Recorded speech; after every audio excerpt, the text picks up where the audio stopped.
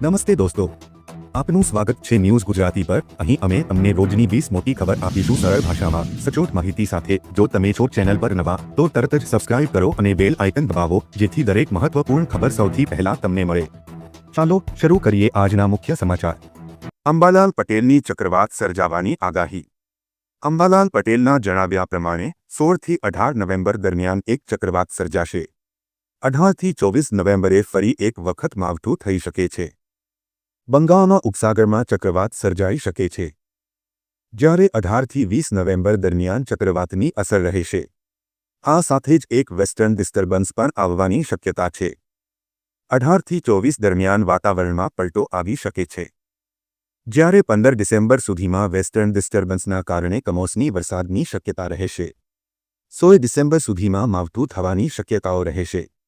લાનીનોને સંકેતો સાંપડવાના કારણે ઠંડી વધુ પડવાની શક્યતા છે। ડિસેમ્બર, જાન્યુઆરી, ફેબ્રુઆરી તબક્કાવાર કમોસમી વરસાદ થઈ શકે છે। 18 નવેમ્બરથી બંગાળના ઉપસાગરમાં હવાનું હળવું દબાણ ઊભું થતાં 23 નવેમ્બર સુધીમાં ભારે ચક્રવાત બની શકે છે। 18 નવેમ્બર બાદ બંગાળના ઉપસાગરમાં હલચલ જોવા મળશે।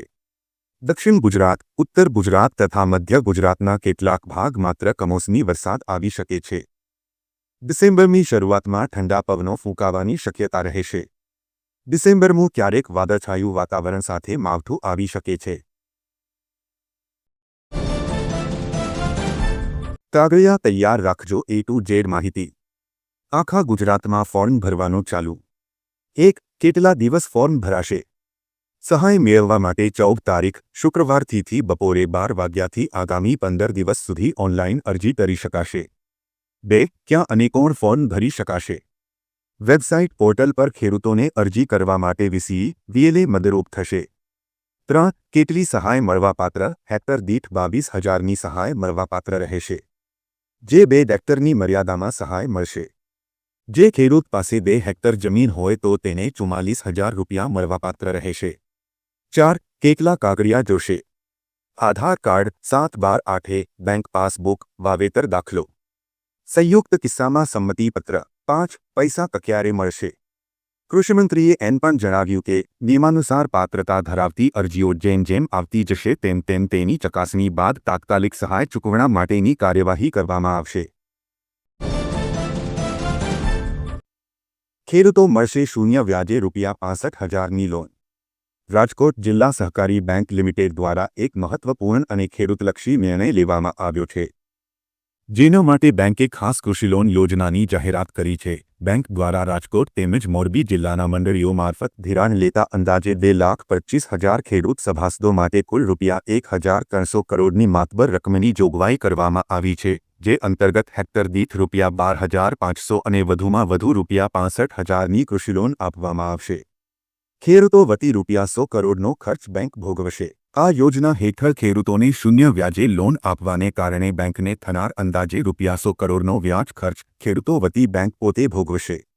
આ મામલે જિલ્લા બેંકના યુવા ચેરમેન જયેશ રાદડિયાએ નિર્ણય જાહેર કરતા જણાવ્યું હતું કે જિલ્લા બેંક હંમેશા ખેડૂતોની પડખે ઊભી રહી છે। આ ખેડૂતોના ખાતામાં આવશે ₹4,000 રૂપિયા। સરકારની પીએમ કિસાન સન્માન નિધિ યોજના હેઠળ 2021માં હપ્તાની રાહ જોઈ રહ્યા છે।